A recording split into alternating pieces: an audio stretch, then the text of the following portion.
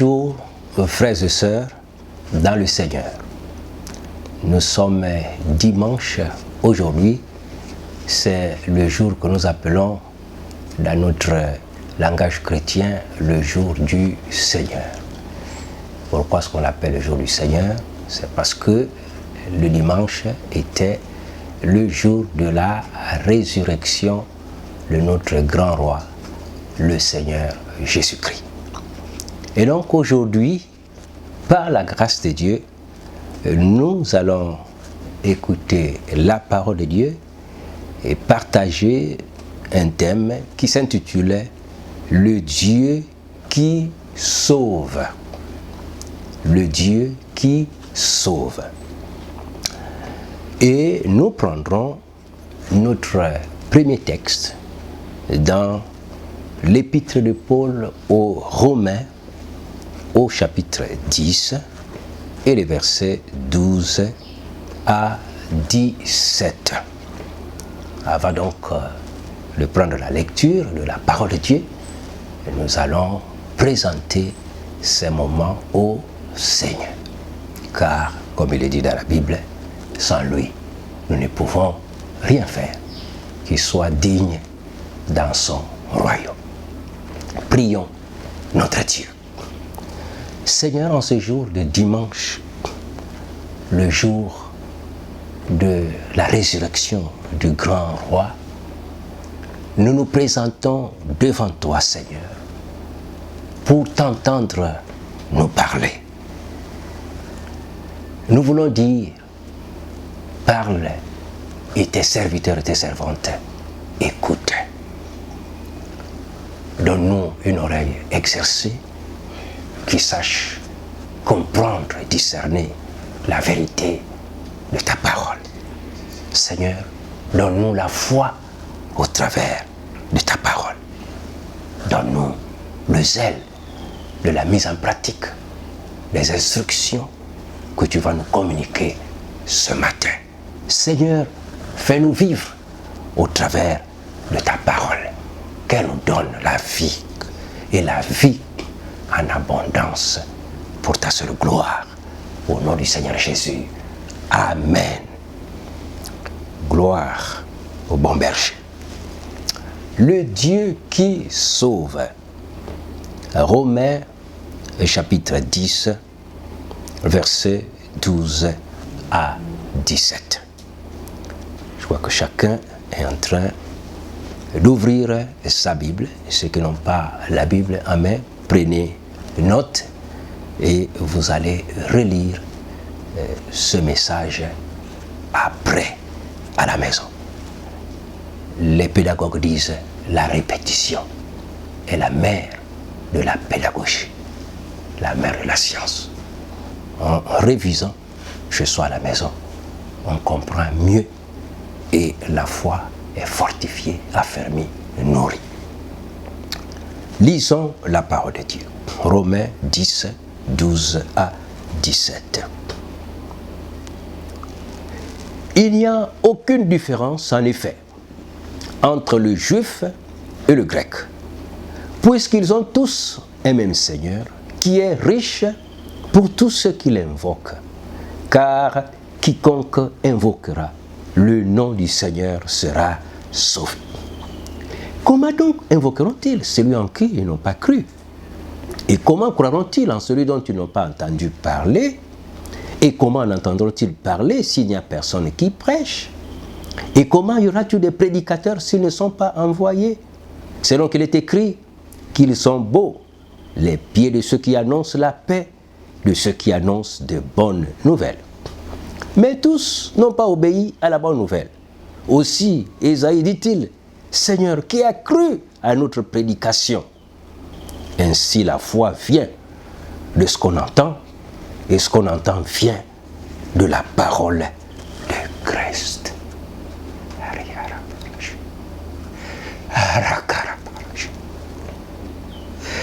Alléluia.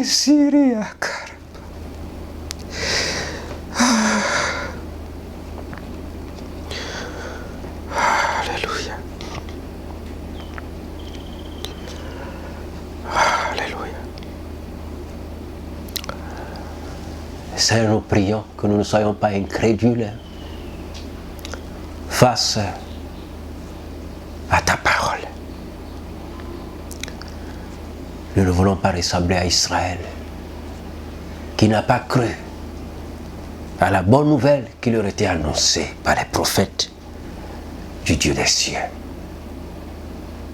Seigneur, donne-nous un cœur fertile, un cœur de chair, malléable à ta parole, un cœur qui produira des fruits dignes de la repentance, des fruits d'obéissance, des fruits d'action, de zèle, de la mise en pratique de ta parole.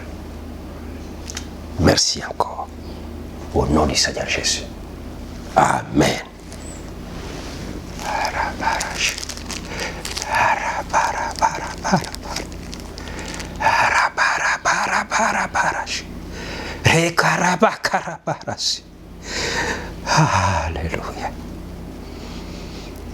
Alléluia. Alléluia. Alléluia. Alléluia. Alléluia. Alléluia. Alléluia.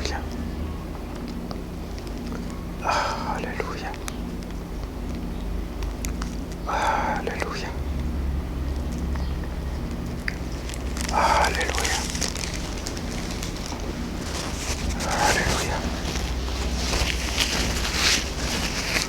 Alléluia. Alléluia.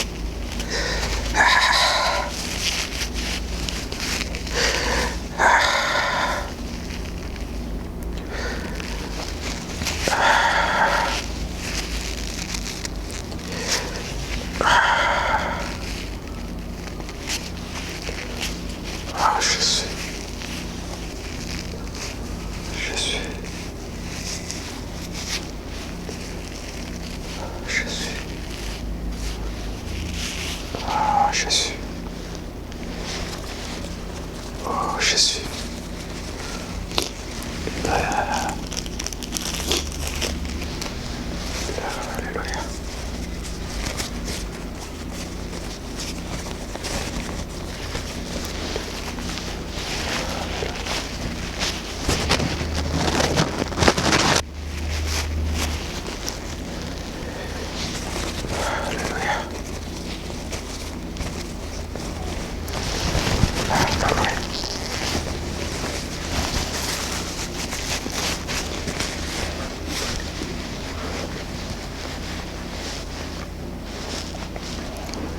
Le Dieu qui sauve.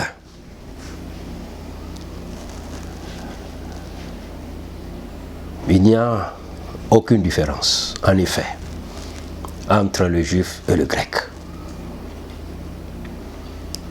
Il n'y a plus de différence entre le juif et le non-juif. Le grec ici représente les nations.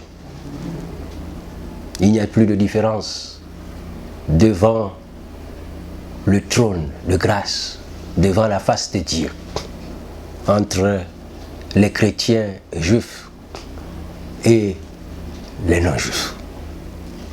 Parce qu'ils ont tous un même Seigneur qui est riche pour tous ceux qui l'invoquent, car quiconque invoquera le nom du Seigneur sera sauvé.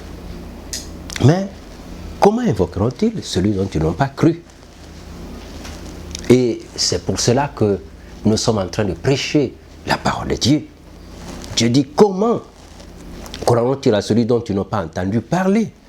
Et comment en entendront-ils parler s'il n'y a personne qui prêche?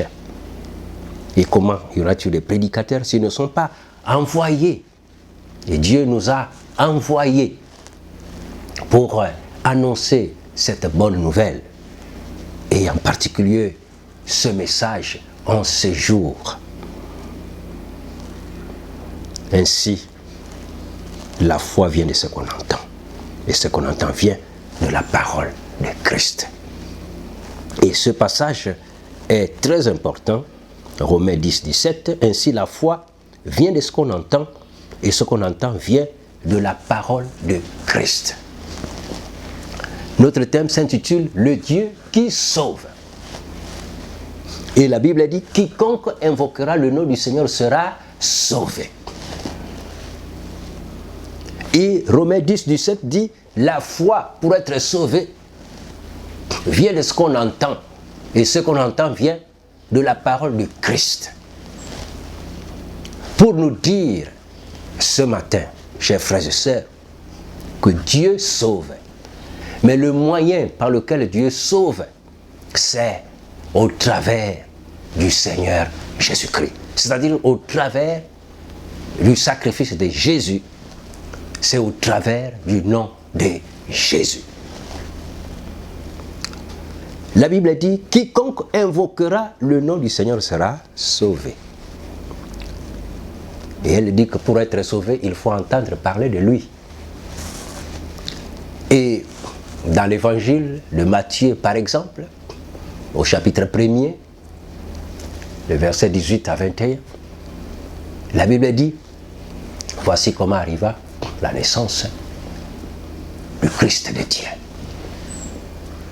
Marie, sa mère, ayant été fiancée à Joseph, se trouvant enceinte par la vertu du Saint-Esprit avant qu'ils eussent habité ensemble. Et Joseph, qui était un homme de bien, ne voulant la diffamer, se proposa de rompre secrètement avec elle. Et comme il y pensait, un ange du Seigneur lui apparut de nuit et lui dit « Joseph, fils de David, n'aie pas peur de prendre pour femme Marie, car l'enfant qu'elle a conçu vient du Saint-Esprit. Elle enfantera un fils et tu lui donneras le nom de Jésus. C'est lui qui sauvera son peuple de ses péchés. » Joseph se réveilla, fit ce que l'ange du Seigneur lui a dit. Il prit avec lui Marie, sa femme, et il ne la connut point jusqu'à ce qu'elle ait pu enfanter un fils auquel il donna le nom de Jésus. Ceci arriva afin que s'accomplisse ce que le prophète Isaïe avait dit. Voici la Vierge sera enceinte, elle enfantera un fils et on lui donnera le nom d'Emmanuel, ce qui signifie Dieu avec nous. Amen. Comment croiront-ils en celui dont ils n'ont pas entendu parler? Et comment entendront-ils parler s'il n'y a personne qui prêche? Et comment y aura-t-il de prédicateurs s'ils ne sont pas envoyés? Ainsi la foi, pour être sauvé, vient de ce qu'on entend, de ce que l'on comprend, de la parole de Christ, de l'œuvre que Christ a accomplie sur la croix du Calvaire. Oui, de la méthode de Dieu pour sauver l'humanité, pour sauver le monde. Pour invoquer le nom du Seigneur, il faut comprendre la bonne nouvelle. Que signifie invoquer le nom du Seigneur? Invoquer le nom du Seigneur, c'est faire appel à son intervention. Faire appel à son intervention. Quiconque invoquera le nom du Seigneur sera sauvé. Invoquer le nom du Seigneur, c'est faire appel à son intervention. Quelle grâce, quel privilège que l'humanité a de pouvoir invoquer le nom du Seigneur pour ses besoins, que ce soit les besoins spirituels, les besoins matériels, les besoins de santé, les besoins de l'existence. Dieu donne à l'humanité d'invoquer le nom du Seigneur. Et ce nom, dans les Actes des Apôtres, au chapitre 4, les versets 11 à 12, Pierre dit aux Juifs, aux chefs religieux et à la population de Jérusalem qui l'écoutaient, alors que Pierre et Jean venaient d'invoquer fraîchement le nom du Seigneur Jésus-Christ. La Bible dit, ils allaient au temple à la prière. Et arrivés devant le temple, ils trouvèrent un homme qui était impotent de naissance, qui était là et qui avait déjà plus de 40 ans. Cet homme, on le plaçait chaque matin au temple devant le portail du temple pour demander de quoi vivre. Pierre et Jean s'étant approchés de lui, cet homme, pensant qu'ils allaient lui donner quelques sous, comme il avait l'habitude de demander de recevoir de la part des croyants qui allaient dans la maison de Dieu, Pierre, de même que Jean, fixa le regard sur lui et lui dit, « Nous n'avons ni or ni argent à te donner, mais ce que nous avons, nous te le donnons au nom du Seigneur Jésus-Christ. Lève-toi et marche. » Et cet homme fut miraculeusement guéri. Les responsables religieux de l'époque, étonnés du miracle qui venait d'être accompli, oui, amenèrent Pierre et Jean devant le tribunal religieux appelé le Conseil des Juifs, le Sanhédrin. Et là, Pierre se défend. Pierre explique à toute la communauté juive comment est-ce que cet homme-là était guéri. Pierre dit que tout Israël le sache, que c'est par la foi en Jésus-Christ, c'est par la foi en son nom que ce nom a affermi et guéri cet homme qui était là devant eux. C'est la foi en son nom qui a permis à ce que le miracle de Dieu soit accompli, que cet homme-là soit sauvé de son infirmité de naissance. Jésus est, Pierre a continué de dire aux Juifs, la pierre rejetée par vous qui bâtissez et qui est devenue la principale de l'angle. Il n'y a de salut en aucun autre, car il n'y a sous le ciel aucun autre nom qui a été donné parmi les hommes par lequel il nous faille être sauvés. Le Dieu qui sauve, ce Dieu sauve au travers de son Fils Jésus. Ce Dieu sauve par l'invocation du nom de son Fils Jésus. La Bible donc rend témoignage du ministère terrestre de Jésus-Christ avant de retourner aux cieux. Jésus qui a été envoyé comme le sacrifice pour sauver l'humanité par son Père céleste. Jésus qui a été envoyé comme la réponse de Dieu pour te sauver, pour me sauver. Jésus, la réponse de Dieu. Jésus, l'accomplissement des promesses que Dieu a faites au Père. Jésus, la matérialisation des promesses de Dieu. Jésus, le oui et le amen de Dieu. Jésus, par qui Dieu accomplit toutes les promesses qu'il a faites à l'humanité. Jésus, par qui Dieu sauve. Jésus, par qui Dieu guérit. Jésus, par qui Dieu délivre. Jésus, par qui Dieu protège. Jésus, par qui Dieu accomplit les miracles.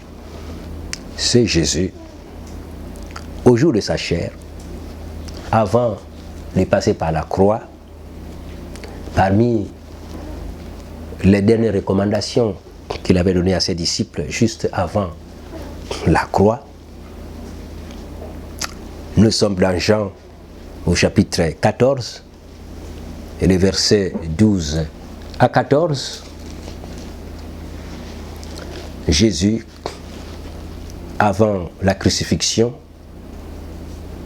après avoir partagé le repas pascal avec ses disciples après avoir pris le repas de Pâques, Jésus donne certaines instructions, certaines recommandations à ses bien-aimés. Il dit, dans Jean chapitre 14, le verset 12 à 14, « En vérité, je vous le dis, celui qui croit en moi fera aussi les œuvres que je fais, et il en fera de plus grandes, parce que je m'en vais au Père.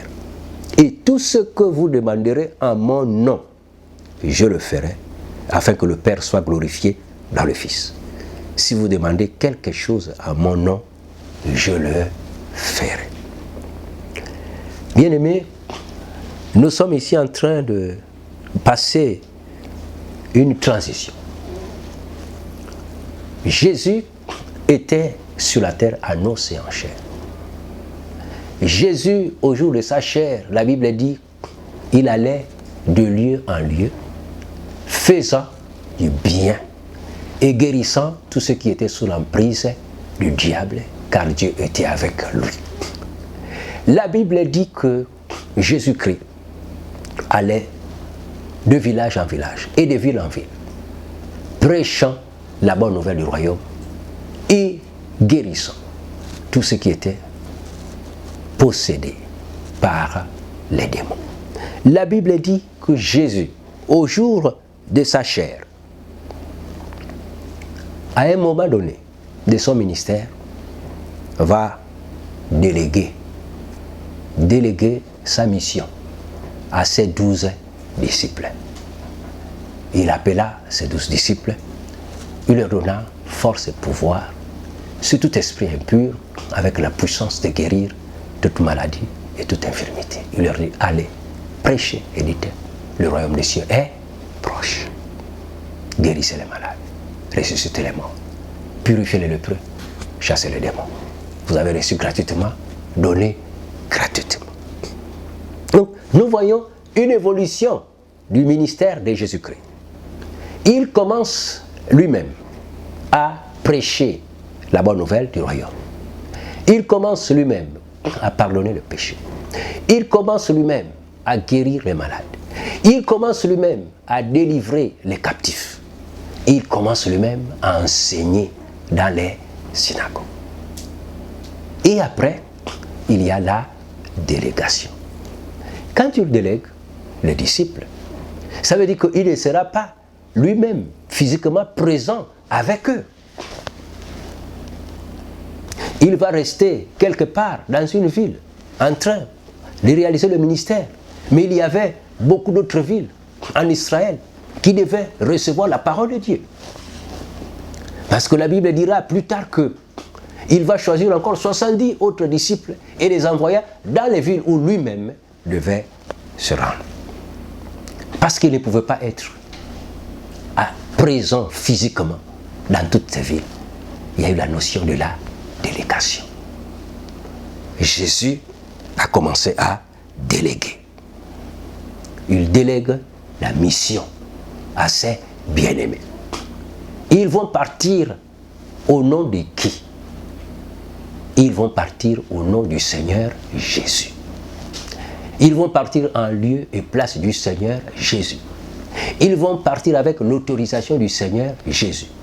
Ils vont partir avec le droit d'utiliser le nom de Jésus-Christ en face de l'adversité. Ils vont partir avec l'onction de Jésus-Christ, soutenu par l'onction de Jésus-Christ, soutenu par la puissance de Jésus-Christ. Le principe de la délégation. Chers frères et sœurs, Jésus ne sera plus présent avec eux partout. Mais ils partent avec son nom. Ils partent avec une procuration. Ils partent avec une lettre de mission signée du nom de Jésus-Christ de Nazareth. Ils partent avec les pleins pouvoirs accordés par Jésus-Christ de Nazareth. Jésus n'est plus présent physiquement. Mais ils partent avec la lettre de mission, la procuration. ils vont et ils reviennent. La Bible dit en partant, ils prêchèrent la repentance. Et ils joignirent d'huile beaucoup de malades et les guérissaient et ils chassèrent beaucoup de démons. Et tout cela au nom du Seigneur. Les 70 aussi sont revenus faire leur rapport à Jésus-Christ et dire, Seigneur, les démons même nous sont soumis en ton nom.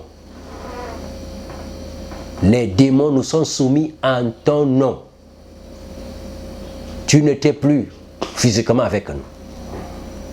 Nous sommes partis avec la lettre de mission. Nous sommes partis avec ta procuration. Nous sommes partis avec ta signature. Nous sommes partis avec le cachet de ton nom. Et nous avons exercé notre ministère, notre responsabilité, notre tâche. Nous avons parlé de la bonne nouvelle de Dieu qui sauve au travers de son Fils Jésus-Christ. Nous avons parlé de la bonne nouvelle de Dieu qui a visité le monde par son Fils Jésus pour pardonner les péchés. Nous avons parlé de la bonne nouvelle de Dieu qui a visité le monde par son Fils pour délivrer les captifs du péché. Nous avons parlé de la bonne nouvelle de Dieu qui a visité le monde au travers de son Fils Jésus-Christ pour ouvrir les yeux des aveugles. Nous avons parlé de la bonne nouvelle de Dieu qui a visité le monde au travers de son Fils Jésus-Christ pour libérer tous les prisonniers du péché, les prisonniers du diable, les prisonniers de la mort. Nous avons parlé de la bonne nouvelle de Dieu qui a visité le monde au travers de son Fils Jésus pour guérir les malades, quel que soit le nom de ces maladies. Nous avons parlé de la bonne nouvelle de Dieu qui a visité la terre pour pardonner tous les péchés du monde et proclamer l'année de jubilé, l'année de la grâce de Dieu, du pardon gratuit que Dieu apporte à l'humanité. Seigneur, nous avons parlé en ton nom et nous avons exercé l'autorité spirituelle en ton nom. Et nous avons constaté que les démons même nous sont soumis en ton nom. Jésus leur dit, je voyais Satan tomber du ciel comme un éclair. Voici, je vous ai donné le pouvoir, l'autorité de marcher sur les serpents, les scorpions et sur toute la puissance de l'ennemi. Et rien ne pourra vous nuire. Cependant, ne vous réjouissez pas de ce que les démons vous sont soumis, mais réjouissez-vous de ce que vos noms sont inscrits dans les cieux. Et Jésus tressaillit de joie et d'allégresse après ce constat positif de la délégation. La délégation a marché.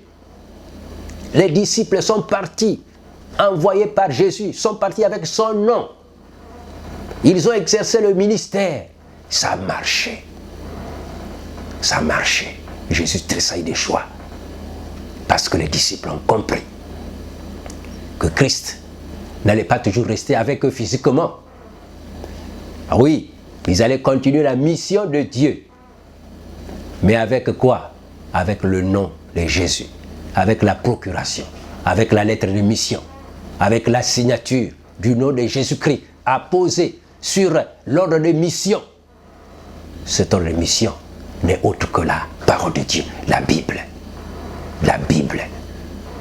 Et le Nouveau Testament en particulier. L'ordre de mission que Jésus a donné à ses disciples. L'ordre de mission signé de son sang, signé de son nom. Jésus a tressailli de joie et d'allégresse. Et après, il dit aux disciples, bientôt, je vais partir. Alléluia. Si c'est le travail, ta préoccupation, tu peux invoquer le nom du Seigneur Jésus pour ton travail. En disant, Seigneur, oui, Tu as dit que l'homme doit travailler et manger de la sueur qui sortira de son front. Seigneur, je n'ai pas de travail. Oui, j'ai fait le dossier. Je te présente mes dossiers partout où je les ai déposés. Seigneur, au nom de Jésus de Nazareth, que ta grâce soit sur mes dossiers. Fais-moi trouver grâce auprès de tes serviteurs, les chefs, les DRH, dans les différentes entreprises où j'ai déposé mes dossiers. Seigneur, je t'invoque au nom de Jésus, que les portes du travail me soient ouvertes, Seigneur. Et au nom de Jésus-Christ, le Seigneur te trouvera du travail. Si c'est pour le mariage, tu as l'âge de te marier. Et tu veux te marier. Et tu n'as pas encore trouvé de fiancé. Oui, tu peux invoquer le Seigneur qui a dit qu'il n'est pas bon que l'homme soit seul. Et je lui ferai une œuvre semblable à lui.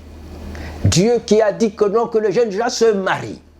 Seigneur, je t'invoque pour ma situation actuelle de célibat. Je te prie, Seigneur, de m'ouvrir la porte du mariage au nom de ton Fils Jésus-Christ de Nazareth. Oui, quiconque invoquera le nom du Seigneur sera sauvé, sera assisté, sera secouru par notre Dieu. C'est les études. Oui, tu veux faire le bac, le BPC, le CEP ou n'importe quel niveau de scolarité, primaire, secondaire, supérieur ou professionnel. Tu peux invoquer Dieu pour te donner de l'intelligence afin de réussir dans tes études. Oh Seigneur, je te présente mes études. Je t'invoque au nom de ton Fils Jésus-Christ. Viens à mon secours. Seigneur, touche mon intelligence. Accorde-moi la grâce de comprendre les matières, de réussir aux épreuves qui sont devant moi. Seigneur, je te le demande, au nom du Seigneur Jésus-Christ. Oui, quiconque invoquera le nom du Seigneur sera sauvé, assisté, secouru par Dieu. Si c'est le voyage, tu veux voyager. Oui, Dieu est le Dieu des voyageurs. Tu peux invoquer son nom pour te protéger. Oui, dans les bateaux, dans les avions, dans les trains, dans les véhicules. Si Dieu n'est pas avec toi, il peut y avoir accident, il peut y avoir crash. Ah oui, il faut présenter ces voyages entre les mains du Seigneur. Il faut invoquer le nom du Seigneur pour ton voyage. Seigneur, je t'invoque, regarde le voyage que je vais entreprendre dans cette ville, dans ce village. Je te prie de m'accompagner, Seigneur. Je t'invoque au nom de Jésus-Christ. Que tu m'accompagnes, Seigneur. Que tu sois avec moi dans les voyages et même dans la ville où je passerai la mission de service ou les vacances ou les affaires. Seigneur, sois avec moi. Je t'invoque au nom du Seigneur Jésus. Quiconque invoquera le nom du Seigneur sera sauvé, sera assisté, sera secouru. Oui, sera béni. Car Dieu est plein d'amour pour ceux qui l'invoquent. La Bible dit, le Seigneur est plein d'amour, plein de compassion pour ceux qui l'invoquent, pour ceux qui font appel à son intervention. Le Seigneur n'est pas physiquement présent, mais il a donné son nom. Invoquer son nom, c'est faire appel à son intervention.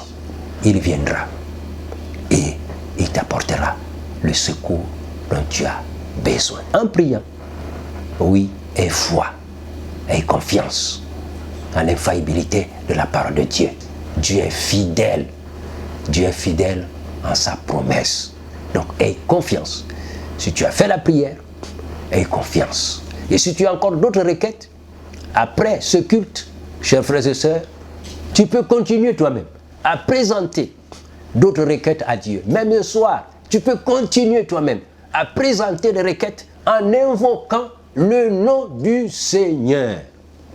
Car quiconque invoquera ce nom sera sauvé, sera assisté, sera secouru. Dieu viendra auprès de lui. Dieu agira en sa faveur. Gloire à notre Dieu. Nous allons donc prier pour terminer notre culte. Seigneur, merci encore pour ta parole. Tu es le Dieu qui sauve et qui a choisi de nous sauver par le nom de ton Fils Jésus-Christ. C'est en lui que toutes les promesses de Dieu sont oui et amen. Et c'est aussi par lui que nous disons gloire à notre Dieu. Merci pour cet enseignement ce dimanche. Merci pour notre foi qui a été nourrie. Merci pour la procuration que tu nous donnes par le nom de Jésus-Christ pour accomplir notre ministère. Oui, chacun en son rang, le croyant, le chrétien comme les serviteurs de Dieu. Oui, pour marcher en vainqueur pendant notre pèlerinage sur cette terre. Seigneur, tu nous donnes ton nom, la procuration de ton nom. Quoi que nous fassions, en parole ou en œuvre, que nous le fassions au nom de ton Fils Jésus-Christ de Nazareth. Que nous puissions invoquer ce nom dans toutes nos entreprises. Nous devons invoquer ton nom, appeler à ton assistance, à ton secours, à ta présence. Merci. Bénis ton Église, bénis ton peuple, bénis tes serviteurs, bénis tes servantes. Au nom du Seigneur Jésus-Christ. Amen.